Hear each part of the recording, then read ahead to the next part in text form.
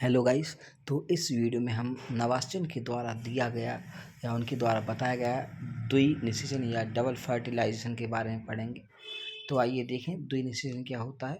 जैसा कि ये फ्लावर दिया हुआ है, ठीक है। ये फ्लावर कौन सा है? ये हमारा आवृतबीजी पौधा है जिसमें पुष्प होते हैं। क्या होते हैं? पुष्प होते हैं। तो ये पुष्प में जैसा कि हमें ये दिखाई दे रहा है, बगल में क्या है, ये नर जनन अंग है जिनको हम पुंकेसर कहते हैं। और बीच में ये जो ग्रीन कलर की संरचना दिख रही है, ये हमारा मादा जनन अंग या स्त्री केसर कहते हैं, ठीक है। पुंकेसर दो भागों से मिलकर बना होता है, परागकोश और पतंतु। जबकि स्त्री केसर होता है, ये तीन भागों से मिलकर बना होता है, वर्तिकाग्र, वर्तिका और अंडाशय।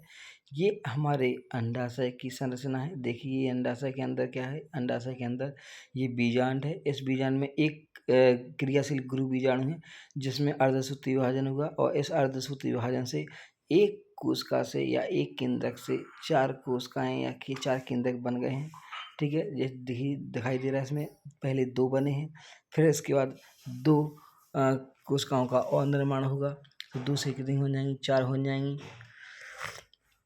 अब चार के बाद जो बन जाती हैं, इन चार में से तीन कोशिकाएं अपने आप डीजनरेट हो जाएंगी या तीन कोशिकाएं समाप्त हो जाएंगी, केवल एक कोशिका बचेगी। फिर इस एक कोशिका की अब इस एक कोशिका में कोशिका विभाजन होगा। और हमें पता है जब कोशिका विभाजन होता है तो दो भागों में होता है। सबसे पहले केंद्रक विभाजन होता है, फिर उसके बाद कोशिका द्रव्य विभाजन होता है। लेकिन यहाँ पे इस कोशिका में केवल और केवल क्या होगा? केंद्रक विभाजन होगा। और जब केंद्रक विभाजन होगा, पहला केंद्रक विभाजन होगा, तो एक केंद्रक से दो केंद्रक बनेंगे। फिर उन दो केंद्रकों में फिर से केंद्रक विभाजन हो जाएगा, तो उन दो केंद्रक विभाजन से फिर चार केंद्रक विभाजन होंगी, मतलब कि चार केंद्रक बनेंगे। फिर उन चार केंद्रकों में फिर से केंद्रक विभाजन होगा, और उन चार से आठ केंद्रक बन जाएंगे। कितने बन जाएंगे? आठ। देखिए जैसा कि इस डायग्राम में दिया हुआ है, ये चार बन गए हैं, ठीक है। अब आगे जाके इनमें फिर से केंद्रक विभाजन होगा। जैसे ही केंद्रक विभाजन होगा तो इन चार से आठ केंद्रकों का निर्माण हो जाएगा। कितने? आठ। अब ये जो आठ केंद्रक बन चुके हैं, इन आठ केंद्रकों में से चार केंद्रक ऊपर चले जाते हैं और चार केंद्रक नीचे आते हैं। और उन चार में से, ऊपर की चार में से तीन केंद्रक ऊपर रहेंगे, एक केंद्रक मध्य में आ जाएगा, और नीचे की चार में से तीन केंद्रक नीचे रहेंगे और एक केंद्रक बीच में हो जाएगा। इस प्रकार से तीन केंद्रक ऊपर हो जाएंगे, तीन केंद्रक नीचे हो जाएंगे और दो केंद्रक बीच में रह जाएंगे।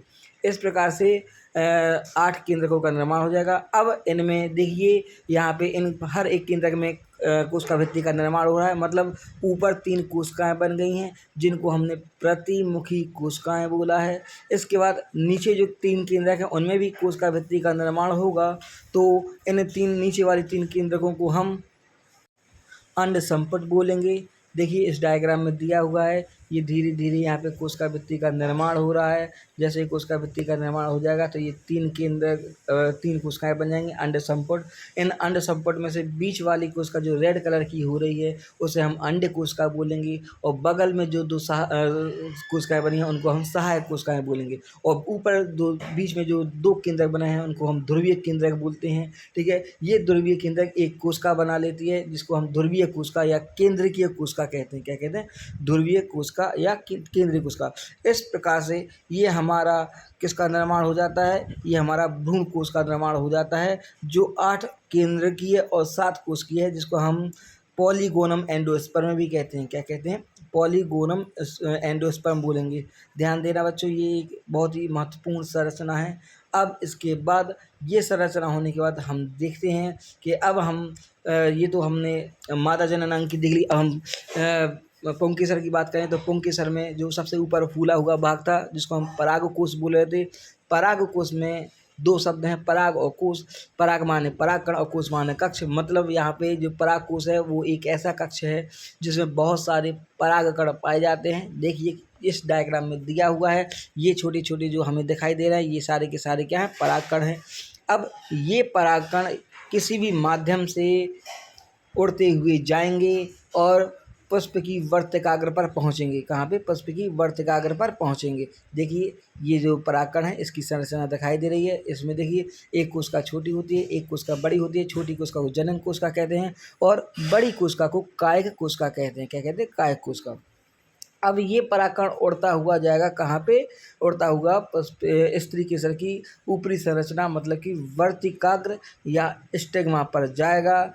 देखिए, और जैसे ही वहाँ पे जाएगा तो एक क्रिया हो जाएगी जिसे हम कहते हैं परागण। अब ये परागण स्वपरागण भी हो सकता है और ये परागण पर परागण भी हो सकता है।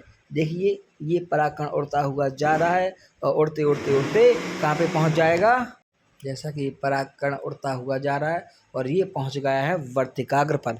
देखिए ये वर्तिकाग्र पर पहुंच गया है। यहाँ पे अब परागकण का धीरे धीरे अंकुरण हो जाएगा। ठीक है, जैसे ही अंकुरण होगा तो यहाँ से परागकण से क्या एक नलिका निकलेगी जिसे हम पराग नलिका कहते हैं। ये पराग नलिका निकल रही है।